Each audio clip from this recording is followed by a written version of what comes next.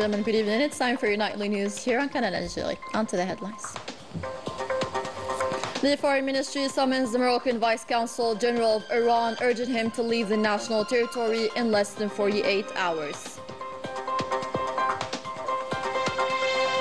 The French intelligence services conspire against Algeria, and its attempts meant to destabilize the country are thwarted by the Algerian security authorities.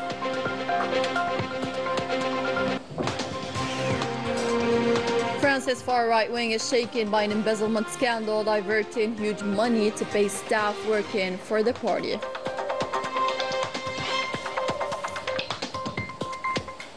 Welcome back. We begin with tonight's top story and this communique from the MFA, where Khalid Al-Shihani, acting director of the Consulate General of the Kingdom of Morocco in Algiers, was summoned today, Thursday, March 27, 2025, to the Ministry of Foreign Affairs, where he was received by Mr. Mokhtar Amin Khalif, Director General of Protocol. He was informed of the decision of the Algerian authorities to declare Mr. Mohammed Al-Soufiani, Deputy Consul General of Morocco in Iran, persona non grata, requiring him to leave the country within 48 hours. This is due to suspicious behavior that is inconsistent with the nature of his duties of the said consular mission, which constitutes a violation of application of Algerian law in this area, as well as the relevant international laws and norms, particularly the Vienna Convention on Consular Relations. In other news, a documentary film aired by the EPTV channels displayed the conspiracy of the French intelligence services against Algeria by hiring young people to sow insecurity and instability in the country. However, its attempts were foiled thanks to the vigilance of the Algerian security services. The documentary harks back to the details and circumstances of a young man's recruitment and plans prepared for him to destabilize the country. Let's head now to the National Army Club in Minnesota to commemorate the 65th anniversary of the martyrdom of the two heroes, Colonel Lutfi and Major Faraj, and the 66th anniversary of martyrdom of Colonels Sil Hawaz and Namirouche. The Minister of War Veterans and Rights Holders, Laïd Ribiga, oversaw the commemoration ceremony in the presence of the Minister of Communication, Mohamed Mzian, the Minister of Religious Affairs and Endowments, Yusuf Al-Mahdi, in addition to the families of the four martyrs and their comrades in the struggle, professors and historians. The ceremony addressed the struggle of these great leaders and recalled their achievements and sacrifices for the sake of national liberation. In France, the Paris Public Prosecutor's Office has requested a 5-year prison sentence, including 2 years with no remission, against Marine Le Pen, who is being prosecuted along with other far-right MPs on charges of diverging huge sums of money from the European Parliament to the party. Details with Selimira. Marine Le Pen, leader of France's far-right National Rally Party, in turmoil. She will on Monday learn her fate in an embezzlement case that could jolt the French political scene if she is barred from running in the 2027 presidential elections.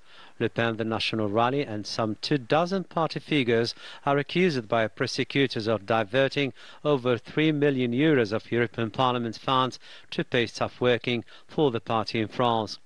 A guilty verdict would be a serious blow to Le Pen, a 3-time presidential candidate who has said that the 2027 vote will be her final chance for the Supreme Office. Polls show her to be a forerunner of the race. Calls are increasing in a bid to drive judges to impose an immediate 5-year ban on Le Pen regardless of any appeal via a so-called provisional execution measure. Provisional execution ban that wouldn't see Le Pen removed from her seat in Parliament until her mandate ends, yet it wouldn't allow her to run in any fresh electoral contest. 5-year provisional execution ban would block her run for the 2027 poll, a serious blow for this political party, making of Algeria a hobby horse for many years.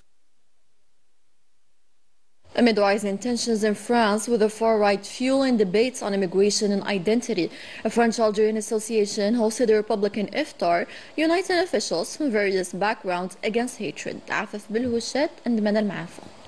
The French-Algerian Friendship Association hosted a Republican iftar, bringing together officials from across France with a shared goal, bridging the Mediterranean. This Ramadan gathering served as a symbolic response to those in power who continue to sideline French Muslims from the Republican table. Je me sens pleinement française, pleinement algérienne.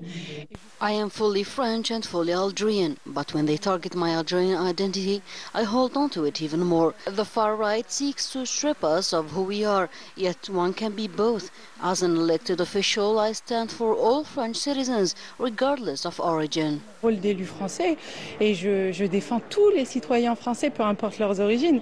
Algerian identity, often targeted, has become a political scapegoat, even within the French National Assembly. Par exemple, dans les questions au gouvernement depuis 2 semaines, il y a... For the past 2 weeks, government questions have repeatedly focused on Algerians in France and strained relations with Algeria. It is endless one-upmanship. Frankly, it's exhausting. I find it deeply saddening. There is a resurgence of the French-Algerian mindset. Some well-known political figures with ties to the OAS carry a deep unsolved resentment. It's almost psychological. Une rancœur, une haine. Amid this toxic climate, local officials of Algerian origin, backed by colleagues, are taking action. This fraternal meal is one such example, uniting rather than dividing. On a besoin justement d'être encore plus en réseau, plus solidaire. We must strengthen our networks, embracing both our French and Algerian identities with pride.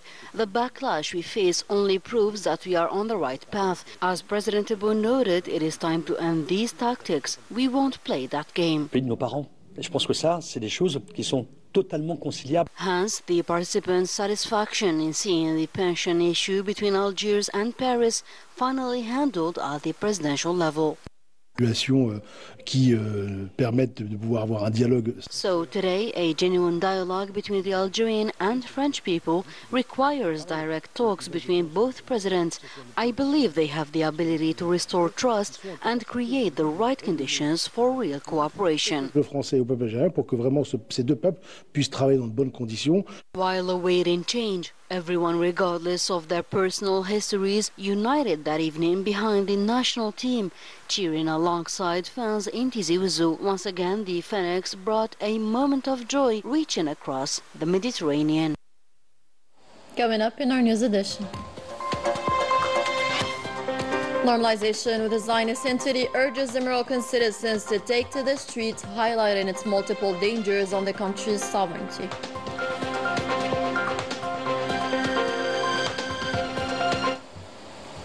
In Morocco, a new wave of demonstrations in solidarity with Gaza across many cities took place, demanding an immediate end to all collaborations with the Zionist entity. Those that took to the streets also demanded the release of human rights activists in the country. More insights with Selim Mirah. Huge demonstrations have erupted in major Moroccan cities to denounce the position of the Mersin regime, deemed as a betrayal of the Palestinian cause. The Mersin has not only openly normalized its relations with the Zionist entity, but has also deployed its repressive apparatus to suppress any dissent. During these protests, several demonstrators were arrested. Voices have been warning for years about the dangers of this normalization, calling it a fast track to compromise. Today, the situation has reached the flashpoint, confirming the repeated warnings issued by many observers. The recent sentencing of human rights activists Mohamed Boustani and Mohamed Boustati, known for their commitment against normalization, once again illustrates the systematic repression exercised by the authorities. The Popular Front Against Normalization has strongly condemned these sentences and called for large-scale demonstrations this Friday. Furthermore, several reports from human rights organizations are sounding the alarm on the spread of corruption within the Moroccan institutions, the climate of impunity surrounding financial crimes, and the conflicts between political power and the private economic interests, a situation that ultimately affects seriously Moroccan citizens. During a visit to the province of Tlemcen, the Minister of Finance Abdelkarim Bouzid, accompanied by the Director General of Customs and the Governor of the Bank of Algeria, inspected today the foreign exchange offices of the Ghazawat Seaport and the Masalih Hajj International Airport. They checked on the readiness of the exchange offices for the travel allowance, which the Bank of Algeria has set up for travelers crossing the border. The Minister of State, Minister of Energy, Mines and Renewable Energies, Mohamed Arqab, received the Secretary General of the Gas Exporting Countries Forum, Mohamed Hamel, in the presence of the Secretary of State to the Minister of Energy in charge of Renewable Energies, and Noordin Yassa. The meeting was an opportunity to review the state of the natural gas world market and the challenges facing the sector of energy, in addition to means to reinforce cooperation between member states of the forum. On to the operational report of the People's National Army's activity in the past week. In the context of the fight against terrorism and border protection, on March 21st, units of the PNA were able to eliminate 2 terrorists in Ingazam in the 6th military region and recovered a sniper rifle and a considerable amount of ammunition and other items. In the same context, 5 terrorists surrounded themselves to the military authorities in possession of 5 Kalashnikov submachine guns, a quantity of ammunition and other items. It concerns both terrorists, Barbouchi Dahabi and Al-Mahri Abdullah, who surrounded themselves to the military authorities in Adrar in the 3rd military region, in addition to terrorists Aqbawi Muhammad, known as Abu Fadila, and Barbouchi Muhammad, known as Kirkan, and Al-Hamil, also known as Abu Zayed, who surrounded themselves to the military authorities of Burj Baji Mukhtar in the 6th military region. On the other hand, 5 support elements to terrorist groups were arrested during separate operations across the national territory. In the framework of the fight against organized crime, the continuation of the tireless efforts aimed at countering the scourge of drug trafficking in our country. Combined detachments of the PNA intercepted, in coordination with the different security services and operations across the military regions, 34 drug traffickers and averted attempts to introduce 8 quintals and 70 kilograms of processed keef through the borders with Morocco, while 1.42 kilograms of cocaine were seized and 425,158 psychotropic tablets were seized. In Tamras, Burj Baji Mukhtar, in Gizam, detachments of the People's National Army arrested 185 individuals and seized 38 vehicles, 58 generators, 43 jackhammers, 7 metal detectors, as well as quantities of mixture of raw gold and stones, explosives, detonation tools, and other equipment used in illegal gold mining operations. On the other hand, 21 other individuals were arrested, 1 automatic pistol, 4 hunting rifles, over 968,000 liters of fuel, as well as 45 quintals of tobacco were also seized during separate operations across the national territory. Similarly, 401 illegal immigrants of different nationalities were arrested across the national territory. And with that, we end tonight's bulletin. Thank you so much for watching. Sahas khairkum.